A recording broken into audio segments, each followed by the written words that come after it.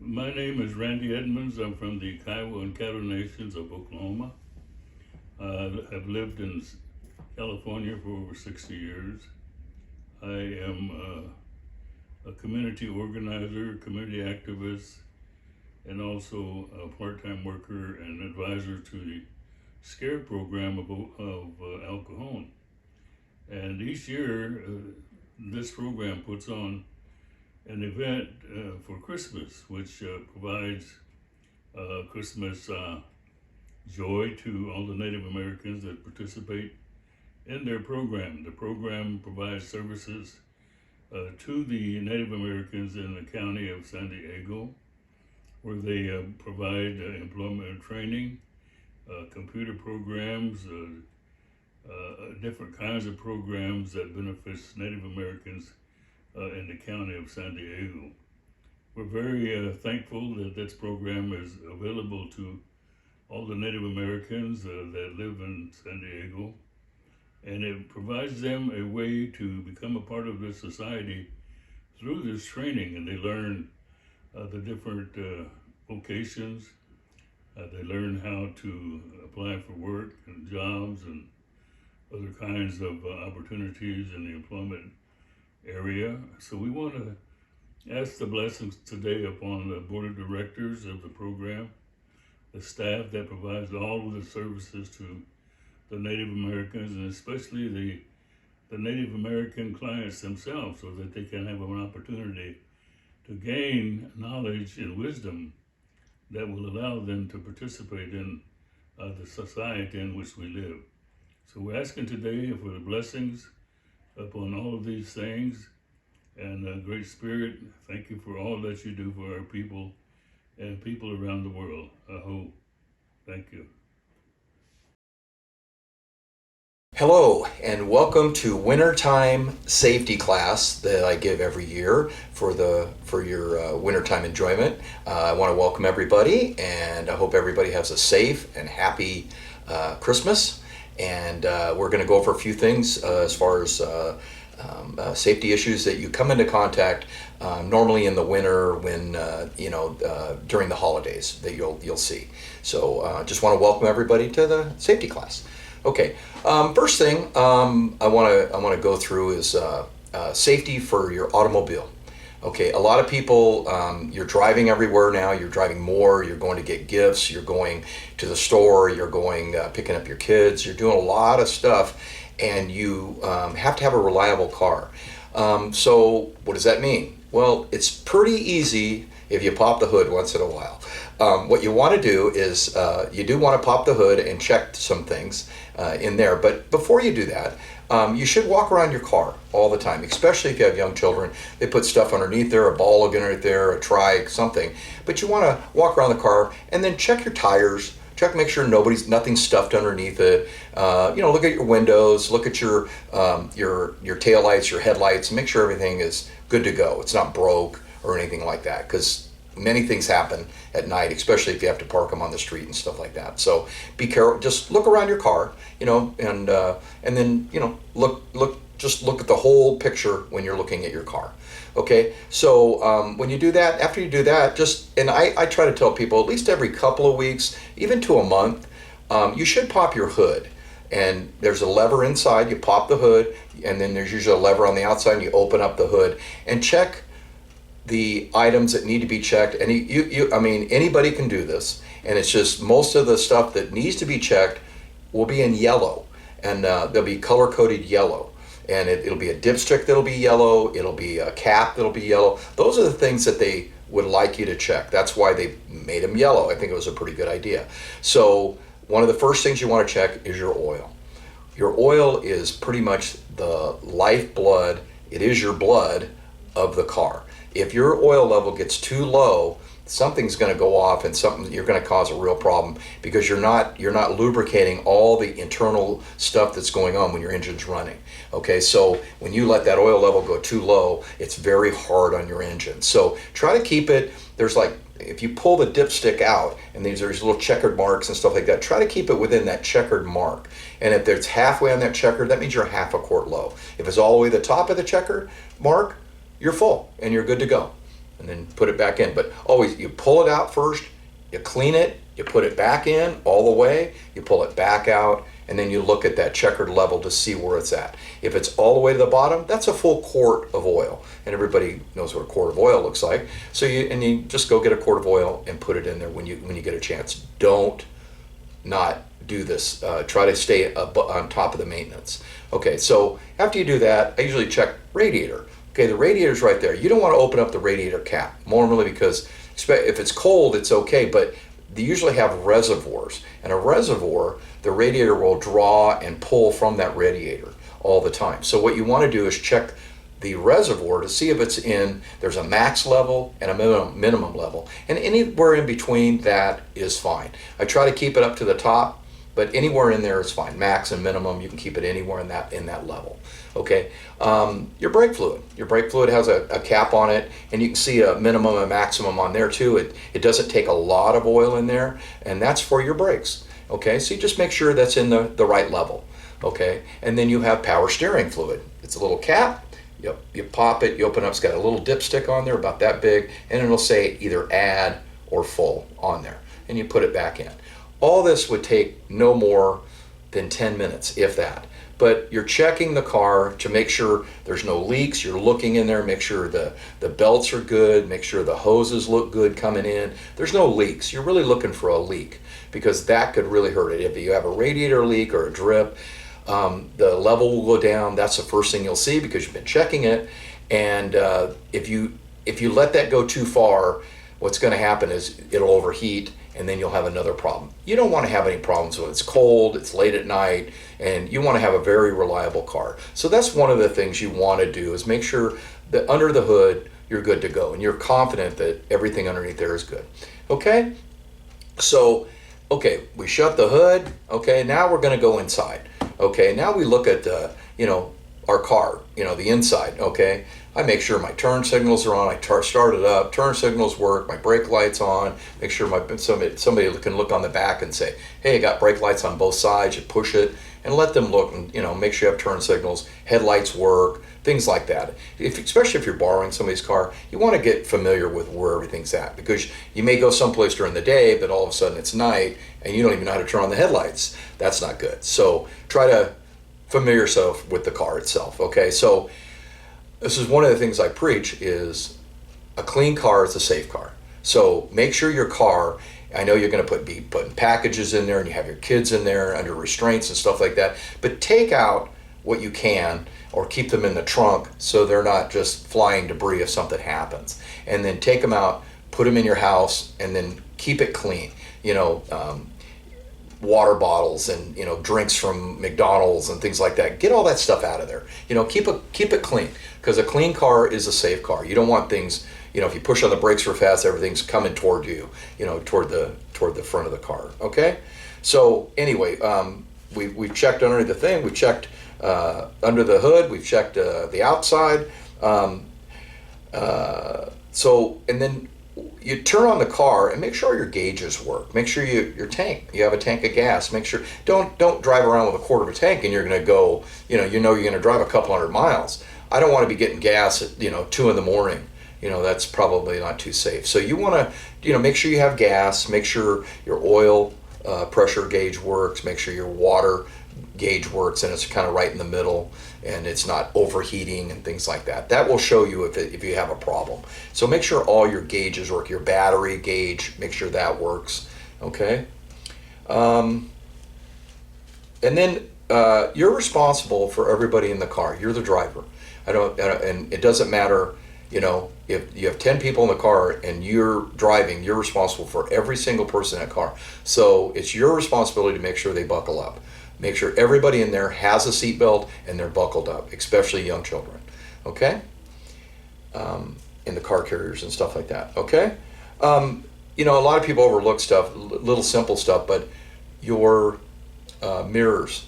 Make sure your mirrors are adjusted to you. You may be borrowing the car from your husband or your somebody else, a neighbor or something like that, and they're longer or shorter. Make sure your seat's up where it should be, and make sure your mirrors are right. Your rear view mirror is right, and everything's good to go before you start driving the vehicle. Okay.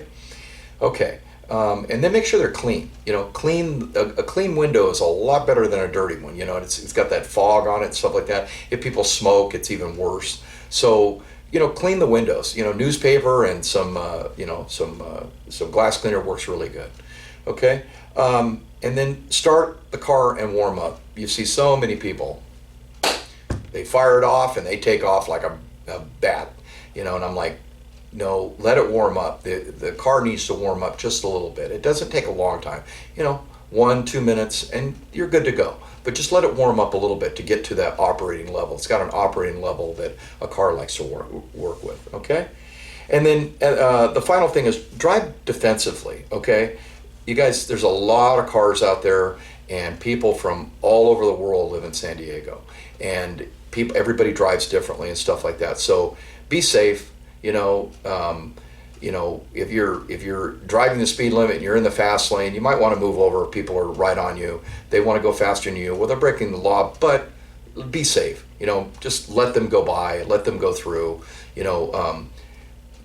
My saying is, I think everybody's going to hit me. So I try to drive defensively all the time. I'm look for motorcycles. That's a very hard thing to see. But when to make this for our wintertime safety and stuff like that, just remember you're going to be using that car. It's got to be reliable and dependable. It's going to be cold nights. Make sure the heater works, and you can rely on that. And you're parking in well-lit areas, so you can go and get your stuff, put it in there. Walk in groups. Try to do that. If you're alone and it's late, ask security to walk you out to your car if you have a problem or something like that, and they'll be more than happy to do that for you. Okay, so I think that's that'll do it for the auto safety. Thank you.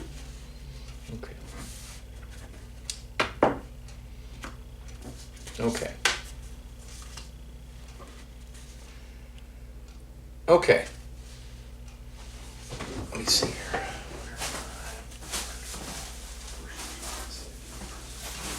Okay, so the next thing is personal safe shopping safety is our next topic that we have, okay? And I want to talk about a few things. We just talked about vehicle safety. We're going to talk about shopping safety. The shopping safety is when you're out and you have your children with you, or you're shopping with your husband, or you're shopping with anyone, you want to park in well-lit areas. It gets dark at 5 o'clock now. So and then it's going to get worse as it gets closer to Christmas. So you want to park in safe areas, and well lit.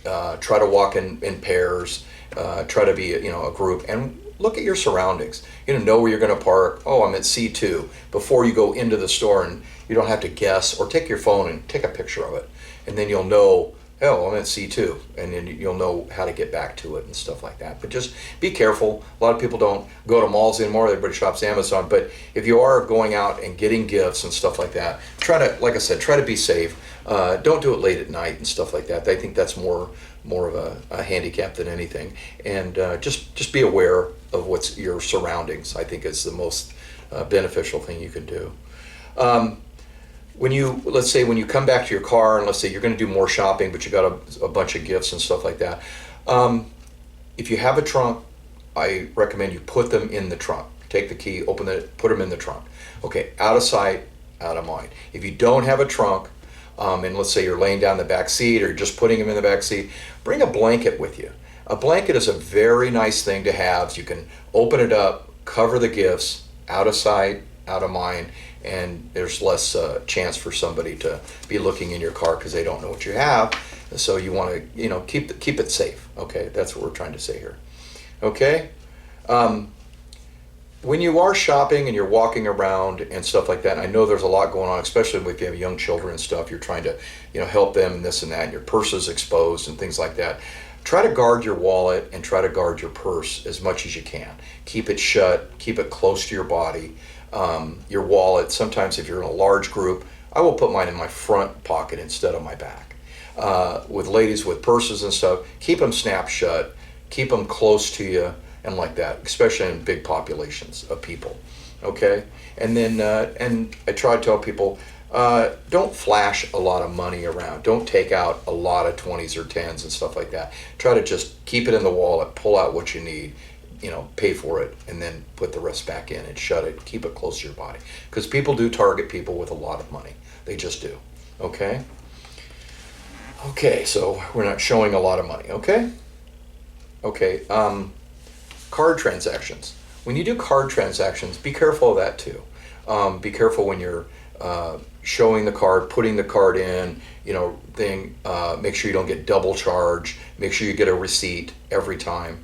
A lot of people say, oh, I don't want to receipt it, but even if you send it home and get a receipt through email or something, at least you have something to show the store that you did buy it or whatever. But you're trying to protect your card more than anything. And I'll go through some of this stuff later under some cyber safety, but just keep your car very close and very guarded. Try not, it's very easy to drop it on the ground and things like that, but just try to keep that with you close and keep that in a nice tucked place. I would keep my cards and stuff in my front pocket. Again, as a man or as a lady, you can keep them in your front pockets. You have front pockets, or keep it in your purse. In there. Pull them out, do it, put it back in, and call it a day. Okay, just keep those close to you. All right. Okay. You're going to be walking around with a lot of people around you. Everybody's doing the same thing. They're all shopping. They're all trying to shop. But there are people that are not shopping. They're predators a lot of times. And they're looking for people that are easy marks and things like that. So you be careful. Watch the crowds. Watch people make sure that you're safe within those crowds and stuff like that. And you're, people aren't bumping, they're bumping into you and things like that. But are they bumping you to, there's people that are very good pickpocketers. They can bump you and you could have your wallet out and you wouldn't even know it. So always guard your stuff, please. And then that's what I'm trying to say. Just watch crowds and be aware when you get in a crowd situation. It's much different. It's you gotta watch yourself. Okay.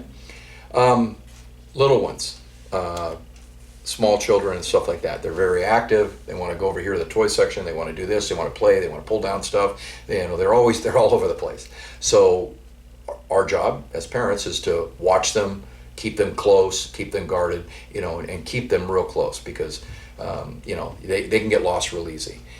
If they do get lost, you want to possibly, either put maybe like your cell number inside their shirt or something to that effect, or on a band or a key ring or something like that, so you can find them right away, because it's going to be you'll be in panic mode. So hopefully somebody will call you, if your child gets lost in a store or something like that. But keep them close, and like I said, don't be so distracted that you're doing so much with them that you're not guarding your other possessions that you have too. Okay, that's your most prized possession, so you keep them close. Okay. Let's see. When you're shopping and stuff like that, and a lot of people take their pets, I always say I think it's safer for a pet to stay home, especially during the shopping days and stuff like that, because it's 2, 3, 4 times crowded than it's normally. Pets get scared real easy, and they do things that we think they're human, but they're not. So just I would recommend to keep them at home. I know some of them people like for security and things like that, and that's fine. But I think in this kind of setting, I would leave them at home. I think they'd be a lot safer and a lot more calm.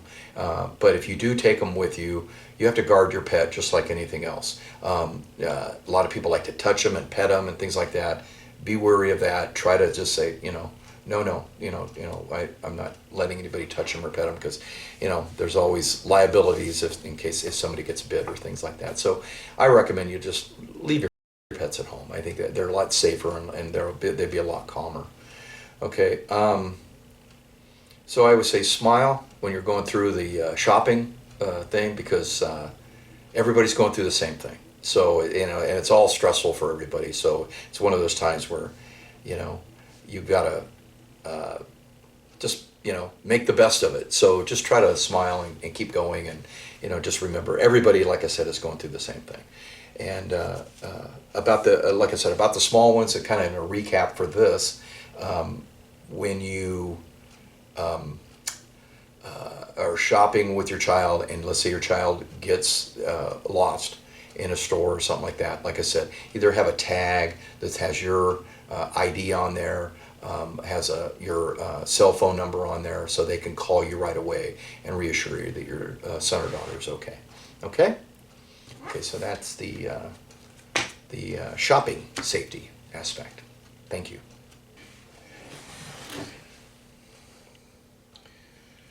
So the next subject we're going to talk about is home safety. Okay, we have home safety is twofold.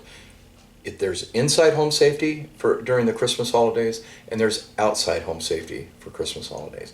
And right now we're going to discuss inside home safety. Okay, so your Christmas tree. Okay, I'll put these up. Christmas tree fire safety. Okay, so the Christmas tree is a plant, and most people get live ones. They call them live Christmas trees, but they are dead because they got cut down. They put them in stands. You should put them in a stand with water.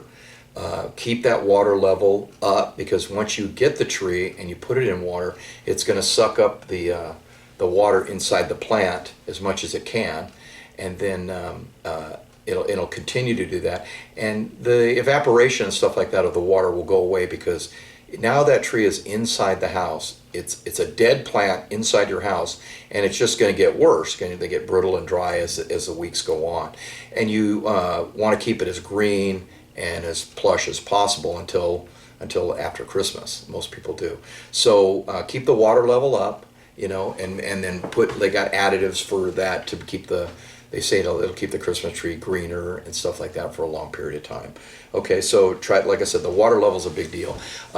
Your animals like to drink out of it. Cats, dogs, they'll drink out of it, stuff like that. So you got to check that water level like every other day, and then you got a heater that's going on in your house. Well, the heater's evaporating that water too, because you're in a house at 75 degrees and the tree's hotter, and then it's sucking up the water and it's evaporating also. So, okay. So some of the safety stuff on a Christmas tree is the bulbs. Let's try with just the Christmas bulbs, your favorite bulbs and stuff like that you put on there. Just be careful with young children, depending on how small, some of the stuff you're hanging, they can ingest it and try to swallow it, as you know. So it's just one of those things that's not normally there, and now it is, and now it's something that they can grab onto and stuff. Put them up higher on the tree, that'll help. And just make sure that they are, maybe you might have to put a fence around your tree if they're toddlers and things like that, because they get into everything. So try to keep it safe for them. Okay, your animals, they will try to play with the bulbs, eat the bulbs, whatever, smell them, and they'll break them or whatever. They'll try to knock them over. They're playing with them and stuff. They'll knock them over and break them. But keep them up high so the animals can't get to them, and I think that's a little safer for everybody. And then some people, they use tinsel, the silver tinsel. They put it all on their tree. Be careful of that with your animals and with your child. It's not digestible. It'll wrap around their intestines and things like that. It's not good for animals or children. So be very careful. That's almost like a poison control thing, because you're going to ingest this, but it doesn't digest, it doesn't break down, and it wraps around things on the inside. So be careful with the tinsel. Keep that up high too, so your animals and stuff can't get to it and hurt themselves too. Okay? All right. Lights. We will go into electrical safety here a little bit later, but the electrical side of the Christmas tree, put the inside. Don't put outside bulbs on there. They make inside and outside bulbs, light bulbs. Put the inside bulbs. You try to use the lower wattage ones, the ones that don't get very hot at all. If you can touch the bulb and stuff, it's probably lower wattage. And then don't overdo the tree as far as so many, because that creates heat, which also dries out your tree also. So, and then people like to put a star or something like that, and it's electrical too. So just be careful how much electrical stuff you put on the tree, and don't overload it, and try to keep it clean and symmetrical and all that good stuff, how you like it. But try not to put too much on the tree, okay, for electricity and stuff, okay. So after the tree, so for more home safety, so we're done with the tree, and a lot of people like to put up candles. They'll put up the pumpkin candles, sweet smelling candles. My wife does that, and but you want to be careful with candles, especially with toddlers and young children. They can get burned. The wax is very, very hot. That can get second and third degree burns. So put those up high so they can't get to them. Make sure you blow them out at night. They are a fire hazard. Be careful where you put them. Don't put them underneath any kind of cloth material, drapes, anything like that. Anything that that you're putting out for the Christmas holidays, like fake snow or any kind of anything that's is cloth-like material. You don't want to set them on it because they do get hot. So you might want to even put them on like a hot burner and then put the wax on there or the candle on there. Okay. Everybody goes through this. They'll start doing hot meals and things like that. Everybody makes these big meals for the holiday, Thanksgiving, and then now for Christmas. Be careful. You have young children and stuff like that. Once again, pans. That's the number one thing that causes them. They hit the pan, and it comes down on them, whatever material that you're cooking with, and it'll burn them, second and third degree burns, and we don't want that to happen. Keep the things away. Keep the toddlers away from the cooking area if you can. Have somebody else watch them while you're cooking, because and I know it's hard to do. You got to do both, juggle with both hands. But the ovens are hot. The faces of them are hot. The countertops can get hot and stuff like that. So be careful what you put on a countertop, unless you have like stone or marble or things like that. Countertops can burn, so be careful what you set on there. Use heat pads and things like that. So that's a big deal. Cooking is very unsafe, and you try to make it safe. So be careful what you're cooking. Things tend to take a long time to cook, turkeys and hams and things like that. So be careful around the oven area and around the stovetop and things like that, and microwaves and those easy bake ovens. They get extremely hot, 450 plus. They can get that hot. So be careful. It will burn the top of your countertop if it's not like a rock or a marble. Okay, and this is something I hate to say to people, but keep your house clean and picked up. And what that means is it's a safer house if it's clean and it's picked up. You don't want to be tripping over stuff when you're coming in. A lot of people put up so many decorations and things like that. We do it, but try to keep the main entryways and the main areas free and clear of clutter and stuff like that. When you open up your gifts, all that stuff and stuff, where people like burn it or whatever, try to throw it away right away. Just get a bag, put it in there, and get it out of there. Because if you don't know where you're stepping on paper and stuff like that that's been because of gifts and things. There could be something underneath. You could trip on it, fall, and we don't want that to happen. So pick up as you go and throw away stuff immediately, when you get it, boxes and things like that, and try to recycle too if you can. Okay. For children, the biggest things around the holidays is we have extra stuff that not normally around, the light bulbs on the tree and the gifts and things like that, and all the party decorations, and you have all the decorations for the holiday. These are all extra stuff that normally is not around, so it's more inviting to a child to put it in their mouth, ingest it. For one thing, if you don't know already, you should take a class in choking and CPR for your child itself. If you get a choking, child and stuff like that, know what to do. There are classes that you can look online, and it can tell you exactly what to do when somebody's choking, stuff like that. I don't want to get into the classes, but just remember that they'll put everything in their mouth, as you know. So be aware, and you just got to be on top of it when that happens. And you could get your animal could do the same thing. They can ingest something, and you're going to the vet. So just be aware of that. Okay. We talked about the burns and stuff like that for young children, as far as hot stoves, hot food, hot oven, stuff like that. Be careful. Their hands, they're pulling stuff down, comes down on them. They're very small, so just be careful in everything that you're doing. Just be aware of the home safety that you need to do, because you're responsible. Okay. So we talked about indoor and that's, you're home with the gifts and you did everything. So now we want to put some stuff outside. I want to put lights up, and I want to, put up my reindeers on the lawn or whatever. And so, what I have to do that is I have to probably get a ladder. Well, ladders are probably one of the most unsafe things there are. Okay, we get up on them. We're not on them all year. We get up on them. I miss a rung when I'm coming down, and I step and I fall on my back. They're just very unsafe. So be very careful. Make sure the ladder you're using, you never stand all the way to the top of a ladder ever. It's usually one rung or below. If you got to go up another, don't do it. I don't care if somebody's holding the ladder. Don't do it. They're not designed for you to stand to the very top of any ladder.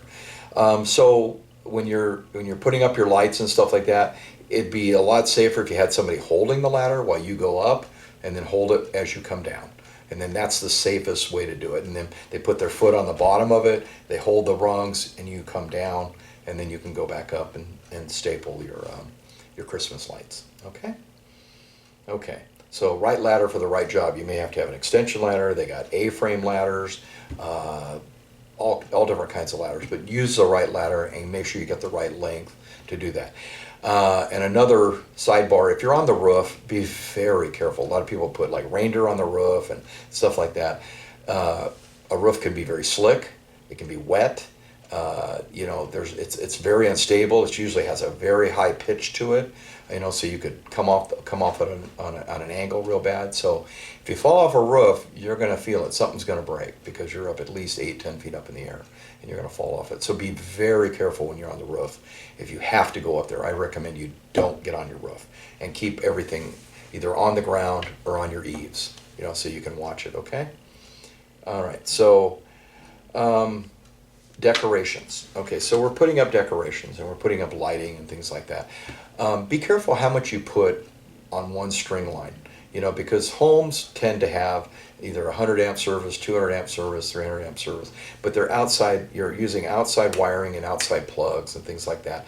You don't want to plug too many into a wire strip at all, okay, and this is for inside also, for around your tree. I don't want to plug everything into this one little strip that I have. Try to separate it to different plugs, and use extension cords out, on the inside instead of, along where people can trip on them. I want to use extension cords closer to the walls and things like that. But don't put everything on the same socket. That's what I'm trying to say here. Outside especially, don't put everything on like a power strip and things like that. You can put 6 things on there, but make sure they're not drawing a lot of energy, okay, a lot of voltage. Okay, if that happens, it's going to pop. It's going to pop a breaker. It's going to pop a reset button on the actual plug itself.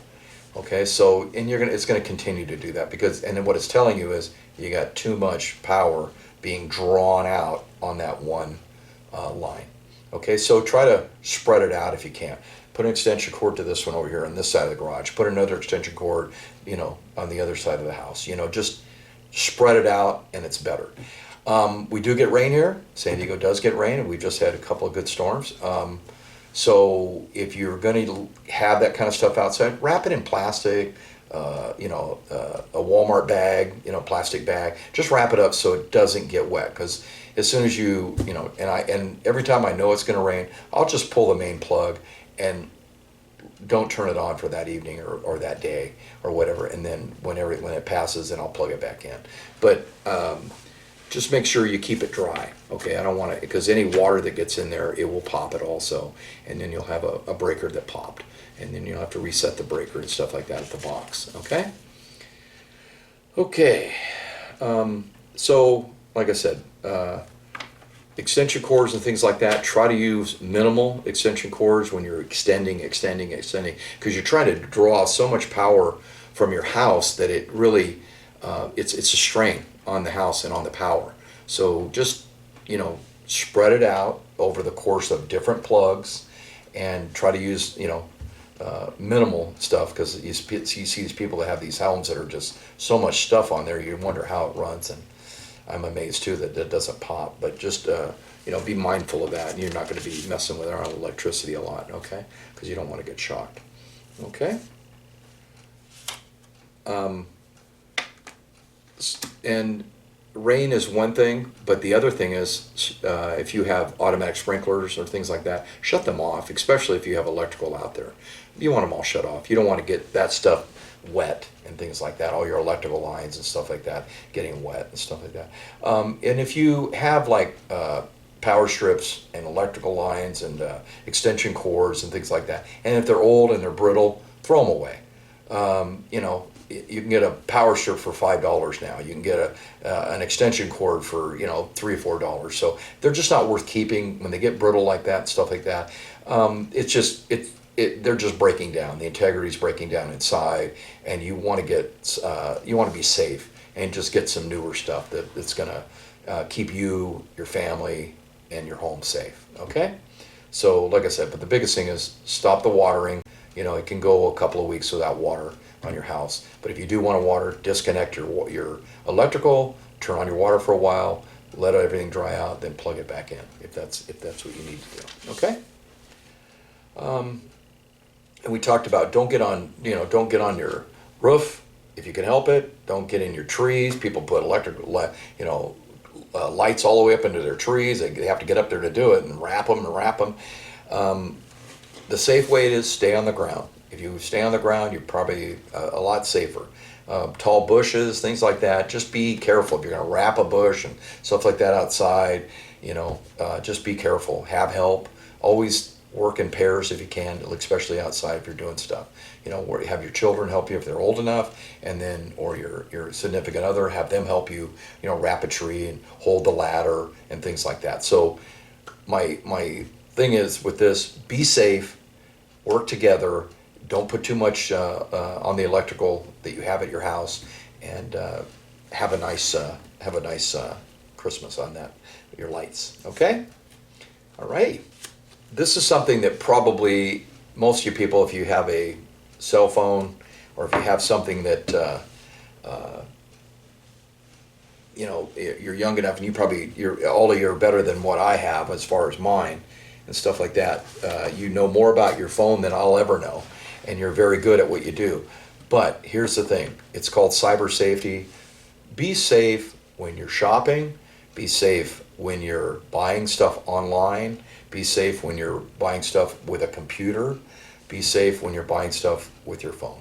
Okay? And how can you do that? Make sure the site, and you guys can look this stuff up on the internet too, but make sure the site that you have is safe.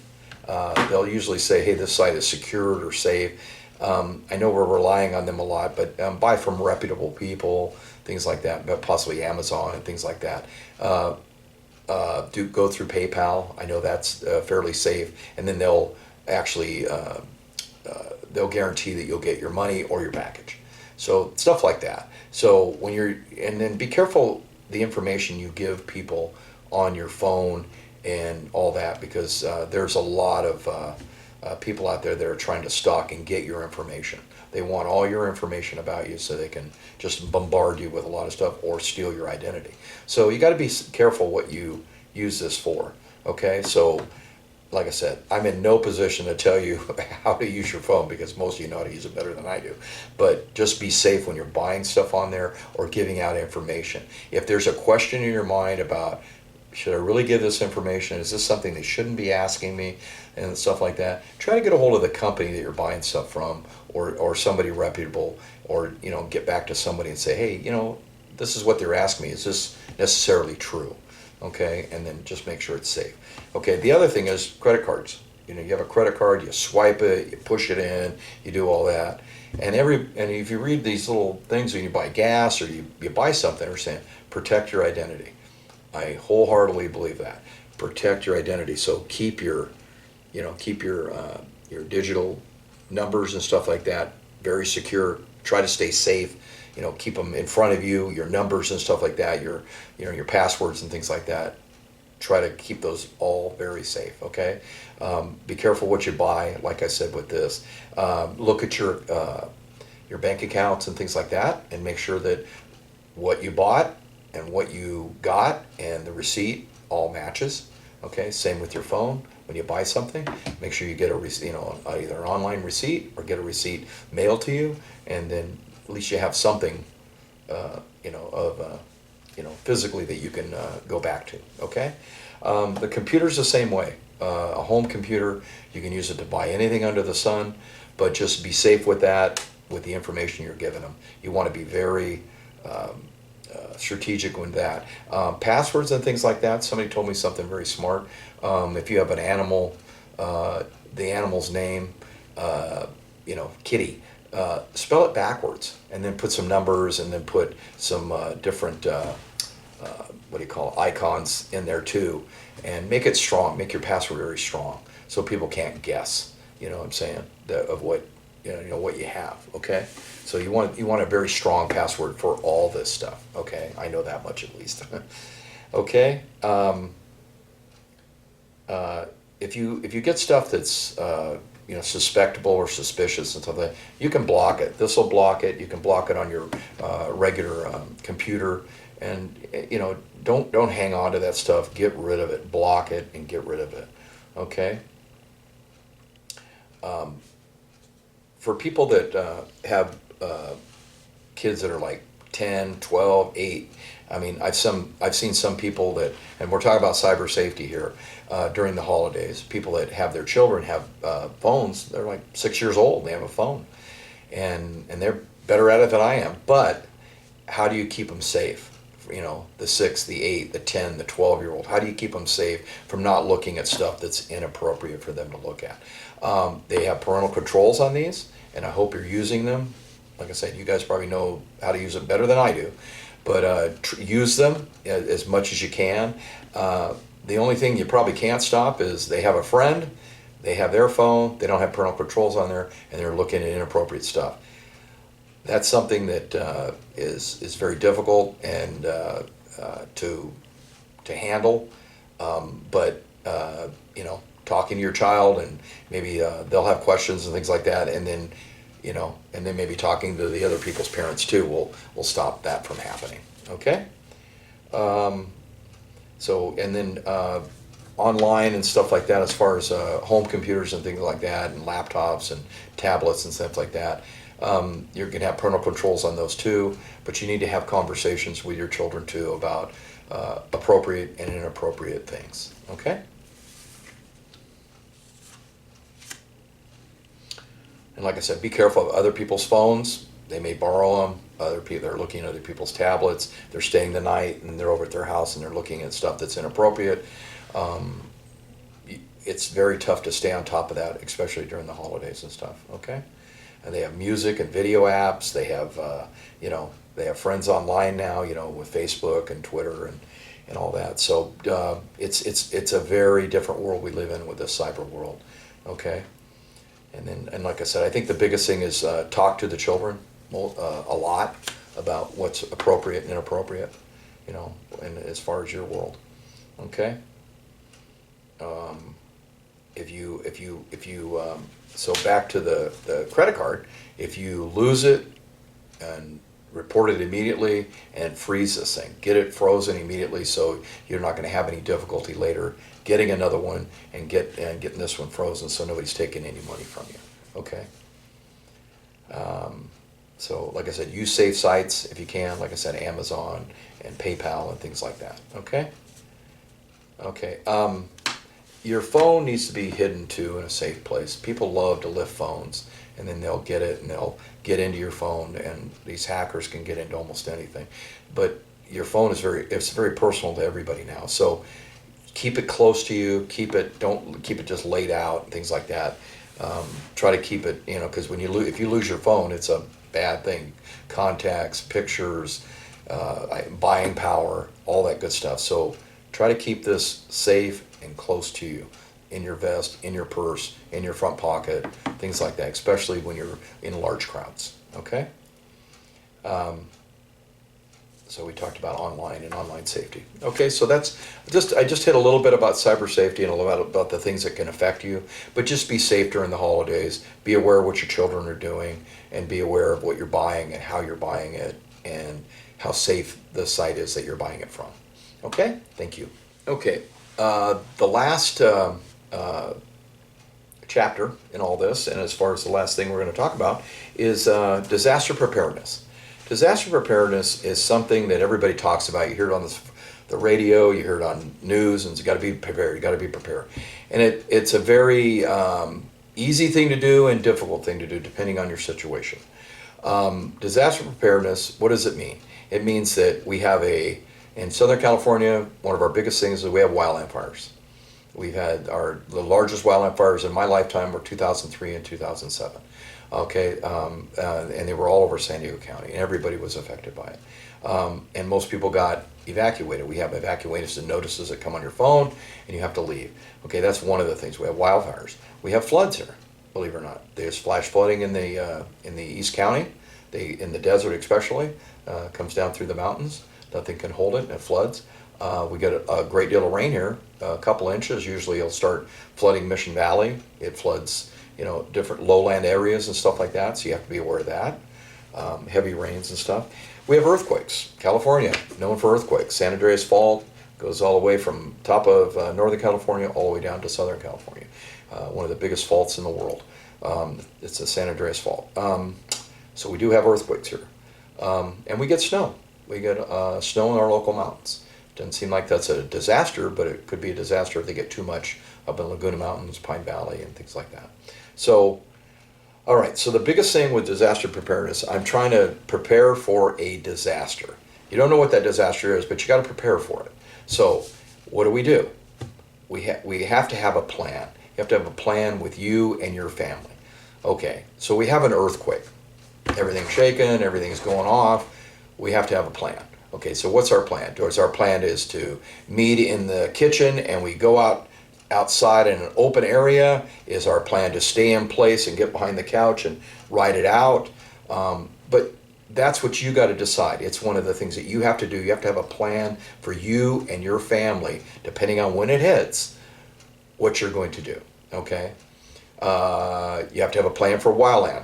Okay, you get a 911 call and say evacuate. Okay. Do you have a plan? Where are you going to go? What are you going to do? You're going to go to a relative. You're going to go to a friend's house. You need to have that plan in place so your kids know, and they can do it accordingly. Okay. Okay. So, number one thing: have a plan. Any plan is better than no plan at all, as I say. Okay. You want to when this disaster hits, you want to collect everybody. I want to know where everybody's at. All my children, all my animals, all my people. And I want to collect everybody and make sure they're all safe. Okay, so that's one of the things. It's just within your plan. You have to make sure. Okay, we're going to all meet here. Okay, now I've got everybody here. Now we move to the next thing in our plan.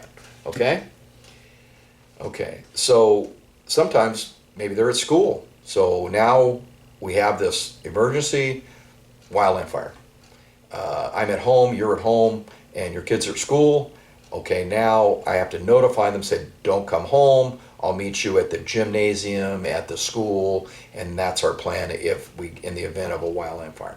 And a lot of times it's these things that happen, you get a little bit of a notice. Like the wildland fires, okay, it's burning 3 ridges over, and you're watching the news, hopefully, and you're watching your phones and for the newest breaks and stuff like that. And if it keeps coming your direction, you've been warned, you're going to be notified and stuff like that, but be prepared before. Know what you're going to do. Get out early. I don't want to get out late. These people that want to stay and fight the fires and things like that at their house, I understand what they're doing, but it's probably not the safest thing to do.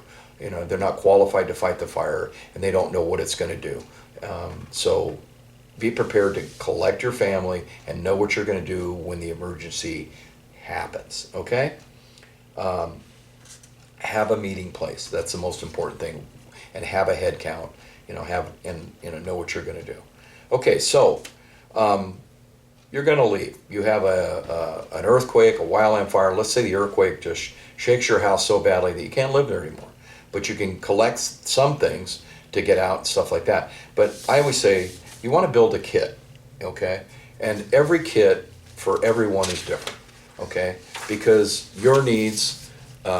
If you have young children and stuff like that, are different than, let's say, people that don't have any children or elderly. Okay, they're different. So your kit's going to be a little different, but some things in here is a given. Okay, And the first thing, I'm going to go through some of these things on the thing. The first thing on there is water, okay?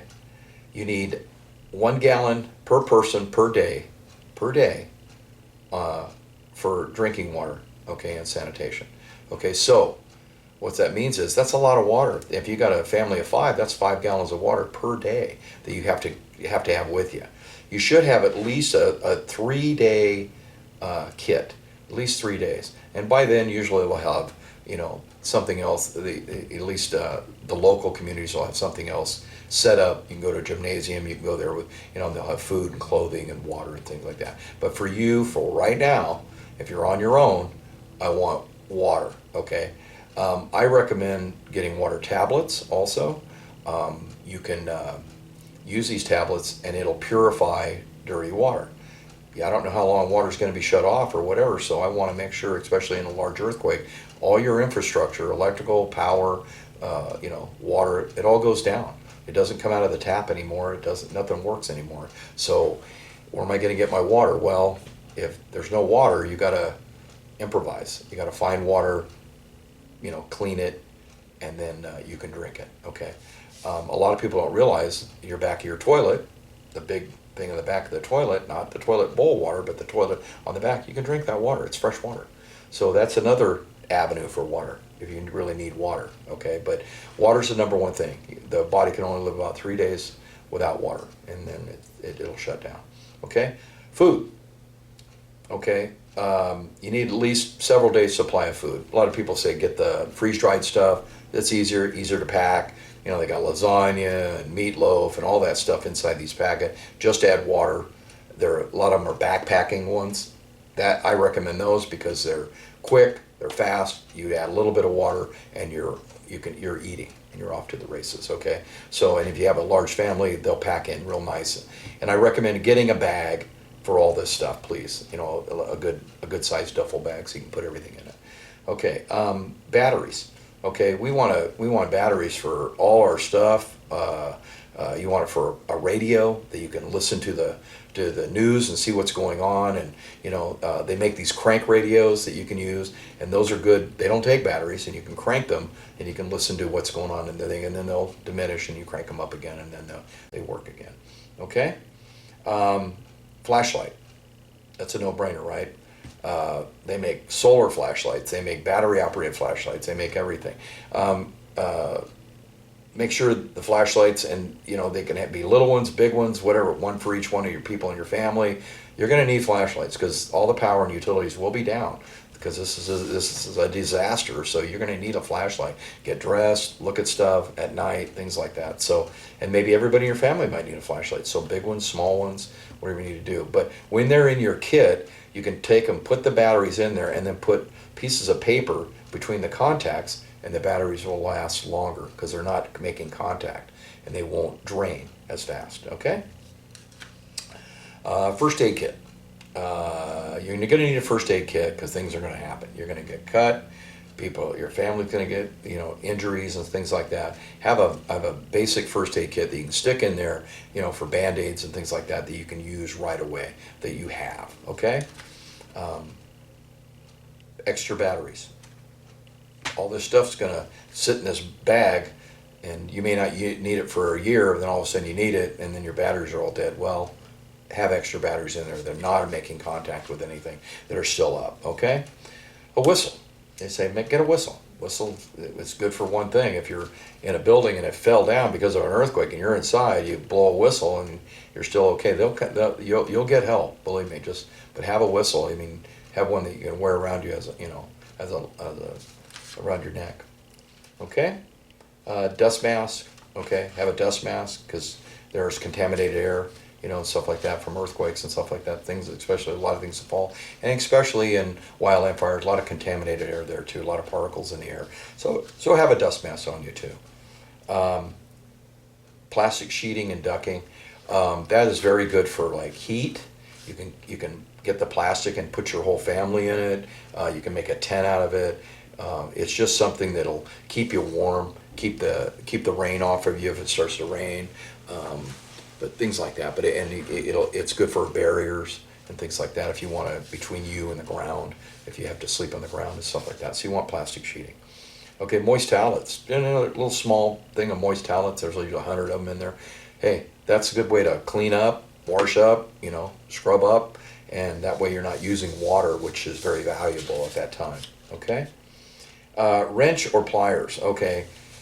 They say this because if you get like I said, again, like an earthquake and all your utilities are shut down, you want to go outside and you want to turn off your power, your gas that's coming into your line, shut off your main power switch to your electrical. But there's like a half moon thing that'll shut off your utility for your gas. You want to just take a wrench and shut it off. And usually I tell people, put a crescent wrench in there. They're cheap and it's very universal. You can use it for a lot of things. Okay? A manual can opener. I always think, God, we got an electrical can opener. You have no electricity, so a manual can opener is something that you want to put inside this kit, especially if somebody gives you a can, and it might be a can of beans, but at least you can open them up, with a manual can opener. Okay? Local maps. This is something if you don't know where you're going and the phone's down and you can't use Google Maps and everything's down, and you don't know where the gymnasium is in Alpine that you have to go to meet your kids, or a different area where you have to go, get some local maps. I live in Alpine. Get the Alpine area local map. Get the Santee local map or El Cajon local map. Okay. Cell phone with charger. Okay. Cell sites, it always seems like when you have an emergency, earthquakes or wildland fires and things like that, cell sites, they get overloaded. Everybody's calling everybody. We're all getting evacuated. It gets inundated, but they're getting better. They're still working even when the emergency is going on. Have the cell phone and have your charger with you.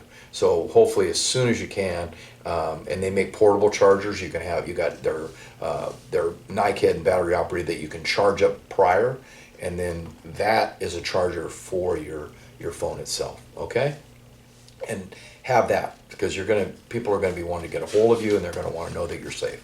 Okay, and then you can call them and make that determination. Masks. We've all been in the whole situation where COVID hit. Everybody wore a mask and things like that.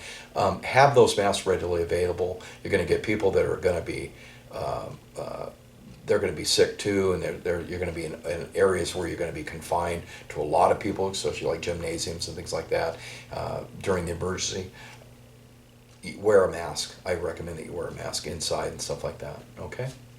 And then maybe even though like I said, the air is not that good, because of wildland fire, you're going to want to wear a mask. Okay. Prescriptions and medications, especially for the young and the old, make sure you put those in there too. Even if expired, they're better to be in there and they're expired than they're not in there at all. But you want to put all medications that you take inside your bag, your disaster preparedness bag. Okay. Eyeglasses, it's terrible when you can't see. I got a pair of eyeglasses here. So keep just a cheater pair or whatever. They cost $1. Put a cheater pair in there, and put them in a case so they don't get broke. But at least you'll have them so you can read and do what you need to do, with everything. Okay, infant formula. Make sure you have infant formula, bottles, diapers, wipes. I know it seems like a lot, and the bag's going to get real full real quick, but you need all this stuff if you have the infant, and then a lot of people, you'll start getting donations and things like that for larger disasters, and you'll be okay. But, just make sure you have like an initial bag for that, for a diaper bag for that. Pet food. Don't forget about your pets, man. I always tell people, when you leave and you're collecting everything, don't forget about your pets. Okay, take them with you. Try to have maybe like a cage on board so you can go and take them with you. You want to take them with you, and make sure you have cat food and dog food.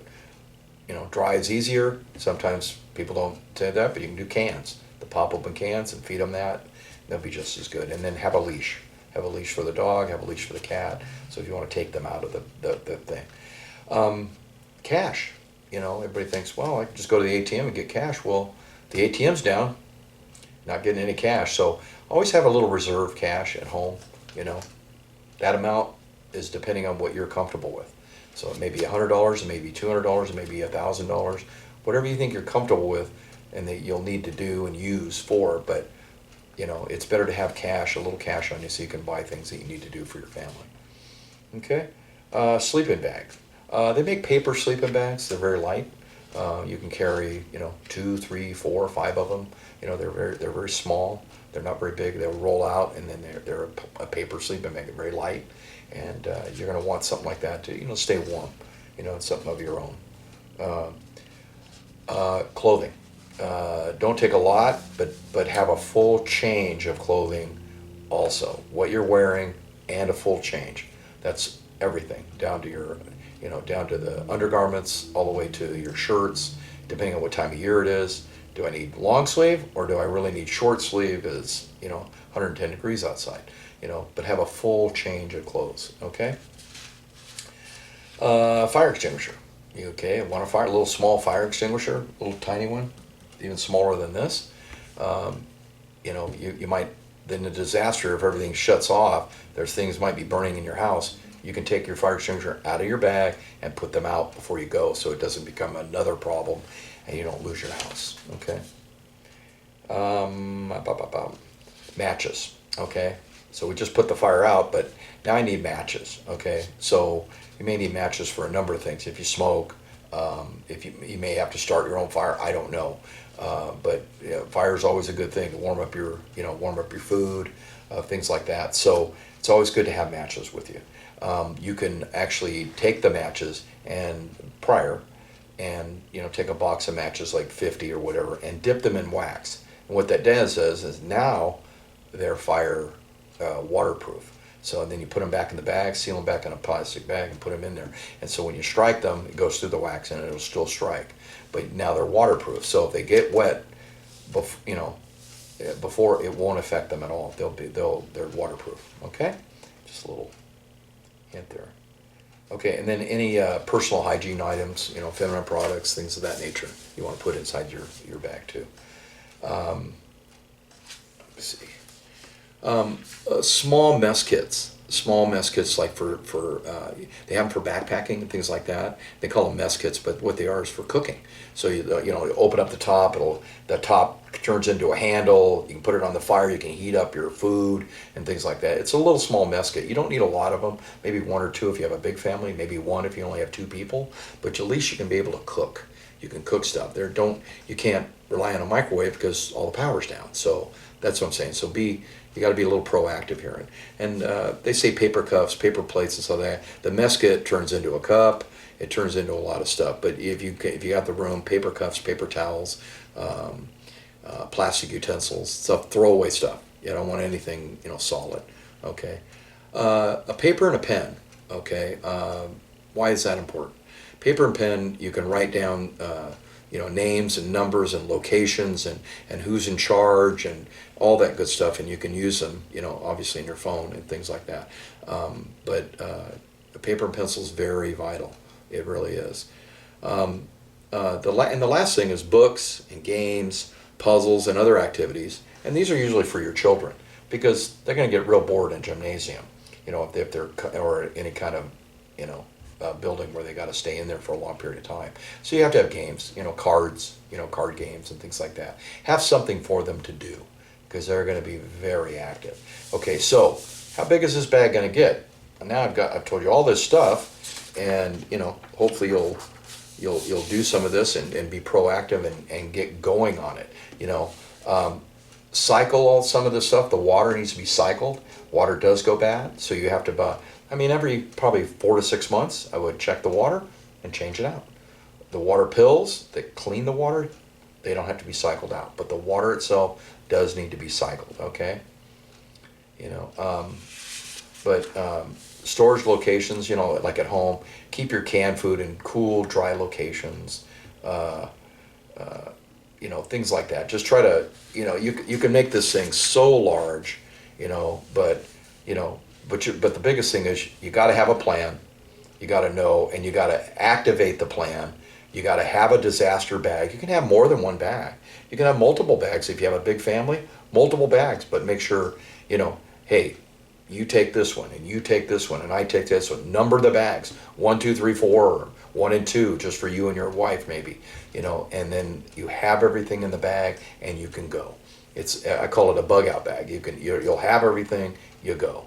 And there's always something that you're going to miss at your house. You want to take important papers, things like that. You might want to make copies of those. Make copies of important papers. Uh, you know, Make sure you, like I said, have cash because things tend to shut down. Okay, um, and then be ready. Be ready for the worst and hope for the best. I always say that. Okay. All right. Okay. So, yep. Okay. And then toward the end of the disaster and stuff like that, local, city, and government officials uh, will start to roll in and and help you. But like I said, have a plan, activate the plan, get a hold of everybody in your family members, make sure they're all accounted for, and and stay safe during the disaster. Okay, and then like I said, check your bag regularly. Because your needs will change. Like, well, I don't use that medication anymore. I'm going to take that out. Or now I don't need baby food and all that. My baby's now, walking and talking. So you take all that out. But check it about every 3, 4, 5, 6 months. Check it and keep it updated, and nobody else messes with it. It's a disaster prepared bag. Like I said, number them, label them, and all that good stuff. And you'll find out that you'll feel a lot safer and a lot ready for any kind of disaster preparedness that goes on. Okay? Okay. This concludes my wintertime safety. I hope you got some good things out of it. And just be safe and be attentive and be aware of your surroundings and plan for a disaster and make a plan and make your bag and happy holidays. Thank you.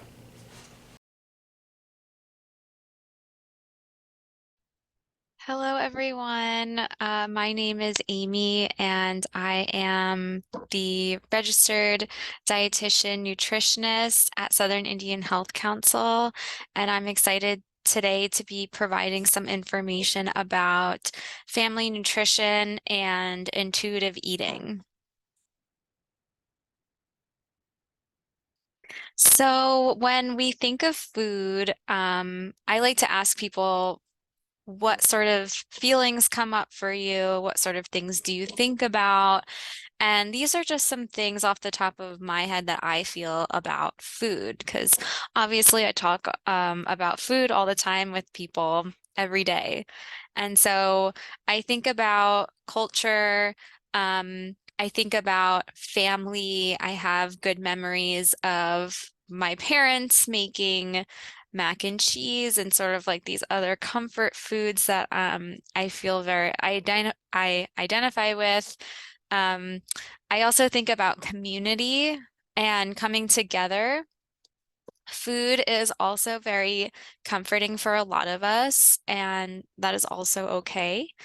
Um, and I also think about celebration because, we always have some really good foods around when we're celebrating something. So food can have people can have a strong reaction to food for a variety of different reasons.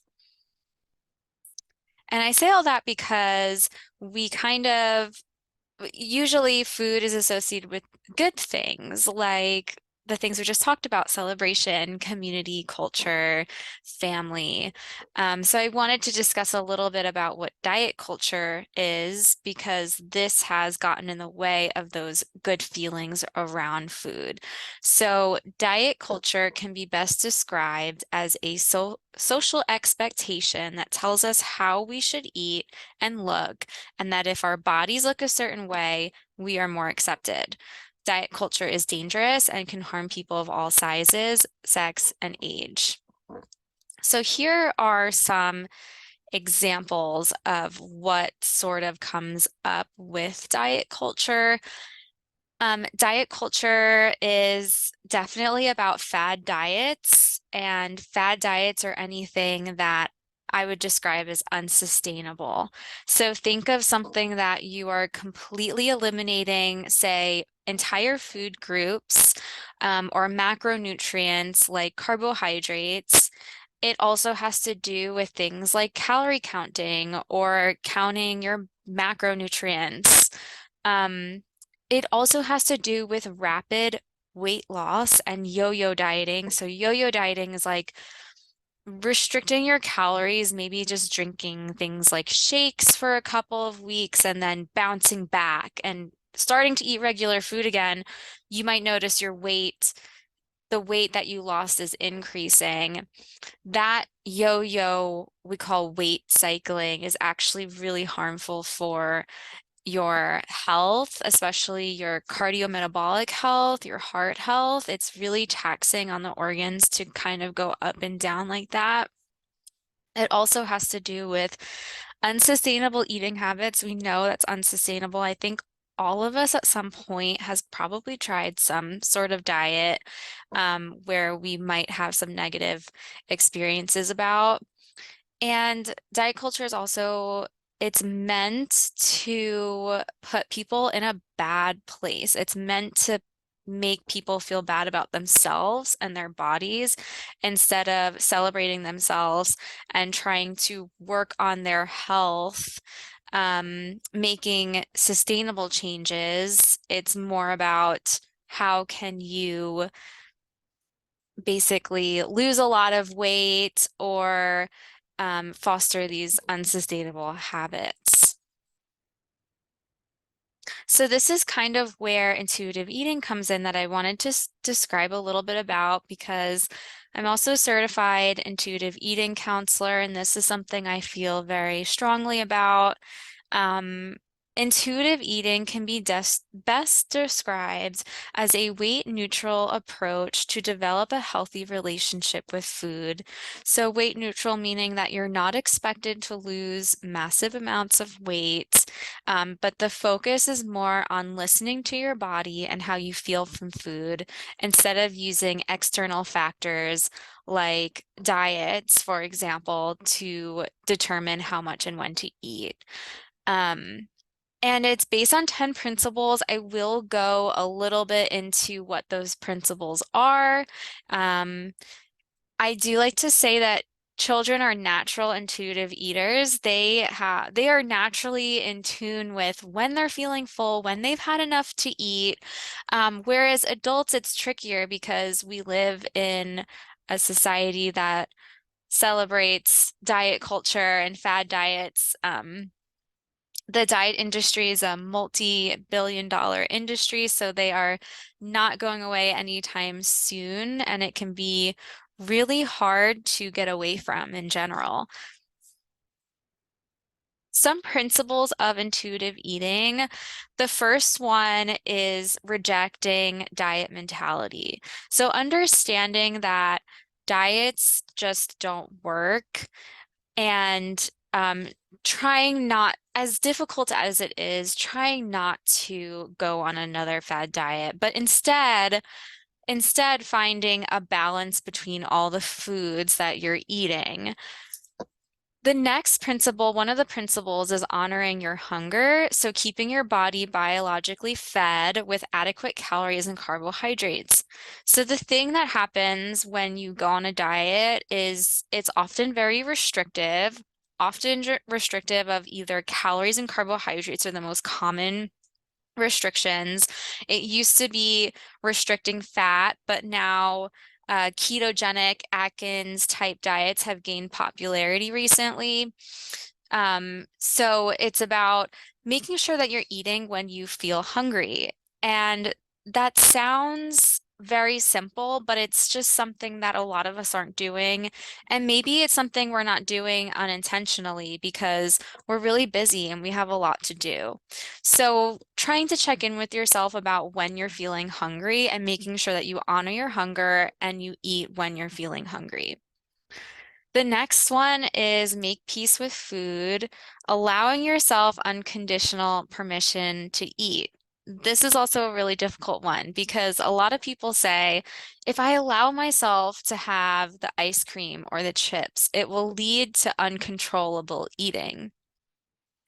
And this might be true at first, but what can happen is if you restrict yourself of calories, if you restrict yourself, deprive yourself of foods that you really want to eat, it increases and intensifies the cravings and the feelings you want for those foods, which can lead to overeating and thus feeling kind of bad about yourself and what you just ate.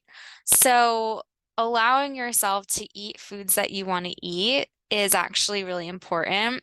There's also something called habituation. And if you eat the same foods over and over again, especially those foods that you feel uncontrollable about, say ice cream or chips, if you continue to eat that for, say, breakfast, lunch, and dinner, eventually you will get sick of it and eventually you won't want to have those foods anymore. You might even start craving things like vegetables because you've just been eating the foods that you thought you'd be uncontrollable about. So your body habituates to eating those foods over time. The next one is about feeling your fullness and listening and trusting your body when you are no longer hungry.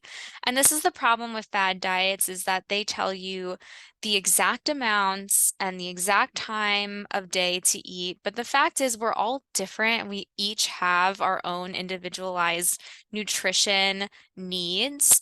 So it's really important to listen to your body and the way that you're feeling from food. Now, this one's tricky because diet culture can make you lose those feelings of hunger and satiety or fullness. So sometimes it takes some time getting that back, but through a combination of, um, understanding how you feel from food and getting more in tune with your body, maybe some meditation practices can help you get more understanding of when you're feeling full and when you're feeling hungry. The next one is about coping with your emotions with kindness. So I think also at some point, all of us have used food as a way to cope. And I'm not saying that's necessarily a bad thing, but it's going to run out at some point, and you're going to have to face your emotions um, without food because food is only going to go so far to make you feel better. So really, this is where I would recommend maybe some stress relieving techniques, for instance. And the last one I wanted to discuss a little bit about was discovering the satisfaction factor. So this is sort of like if you are eating a salad, but you only like really creamy dressings with the salad, and that's a way for you to satisfy your cravings, it's better to just have the salad with the creamy dressing instead of not having the salad at all because you're afraid of the dressing and maybe how many calories or fat it has. And there's truly nothing wrong with finding satisfaction or joy or pleasure from food because it is all of those things. I'm going to discuss a little bit about family nutrition. Just some quick tips about it is that I'd recommend eating together if you can, and this is really hard with all of our really busy lives and school and work and everything on top of that. So it's totally understandable if it's difficult for you to find that time. But maybe just having a couple meals a week together can be really helpful. I also like to encourage a very relaxing environment when it comes to meal times, especially when it comes to eating with your children, with your family, and trying to remove all those distractions. Maybe you have a pile where you can put all your phones away and spend that time together.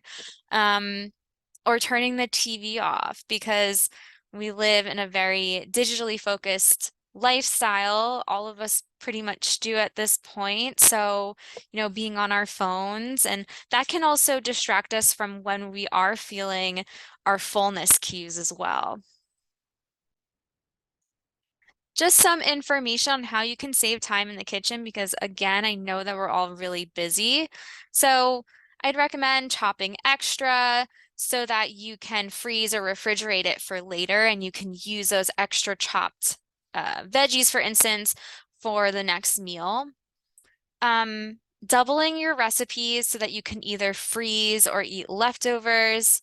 Clean as you go so that you don't have this big pile at the end, which just feels overwhelming and might not make you want to cook again. Um, Allow family to help, especially children like to get involved in the kitchen, and it's really a good experience for them to learn. And lastly, you don't need to do anything crazy. You can keep it simple. Um, and then I want to talk a little bit about picky eaters because this is something that comes up pretty frequently. So these are just some tidbits. Try eating the food first to show your child that you like the food. Um, Modeling the behavior because that's where your children are learning their eating habits are from you. So trying to set a good example. It's also helpful to give them a choice of different foods to see, what sort of things they like. You can also serve foods that you know that they like with a new, more unfamiliar food so that they might try it. Wait a couple of days before offering the food again. It can often take more than 10 times before your child even likes the food. Try not to bribe with treats or eating other foods. Like if you eat your broccoli, you can get your ice cream. It's helpful not to bribe with food.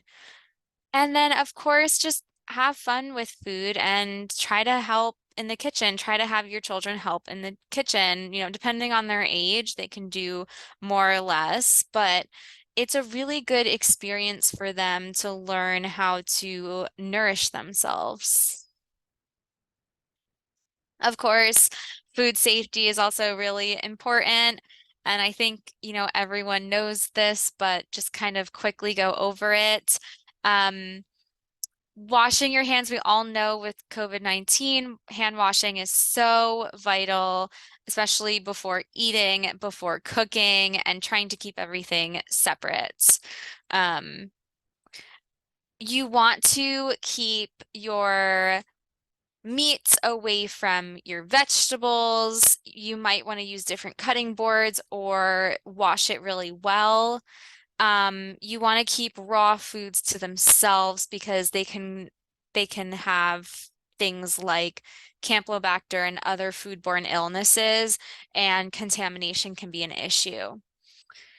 I would also recommend if you are cooking meats that you have in a thermometer so that you can make sure that it is the safe internal temperature when you're serving it. So beef, pork, and lamb's about 145. If it's ground beef, pork, or lamb, it's about 160. Fish, 145 internal temperature, and then of course turkey and chicken, 165. Make sure that you're also storing your food properly and refrigerate or freeze after 2 hours after you cooked or bought the food. And if you are thawing something, make sure it's thawed in the fridge, under cold water, or in the microwave because bacteria starts growing exponentially once it is outside of the fridge or freezer. Now, I also want to offer some just general healthy eating guidelines. And what I would recommend is trying to emphasize plant-based foods, anything that's grown from the earth, pretty much, including things like starchy vegetables are okay. Potatoes, yucca, zucchini, corn, all really good foods like that. Also fruits, any kind of fruit. If you are concerned about sugar content, I would recommend berries, tend to have lower amounts of sugar, kiwis, and grapefruits. But be careful about grapefruits because they interact with a lot of different medications. Whole grains, that would be like brown rice, oatmeal, quinoa, legumes like beans and lentils and peas. Now, proteins, you can do lean sources of beef, pork, buffalo, chicken, beans, nuts, and seeds. I like to definitely emphasize nuts as a snack because they're a good source of fat and protein. Carbohydrates, I discussed, whole grains, starchy vegetables, fruits are good for you. And a question that I get pretty often is, can I have fruit because it has, sugar in it? But fruit is a really good source of fiber and also something called phytonutrients and antioxidants, which can help fight different illnesses and reduce inflammation in the body. So fruits are actually a really good snack, and if you're kind of feeling like you already have a sweet tooth, that's the best option you could go for.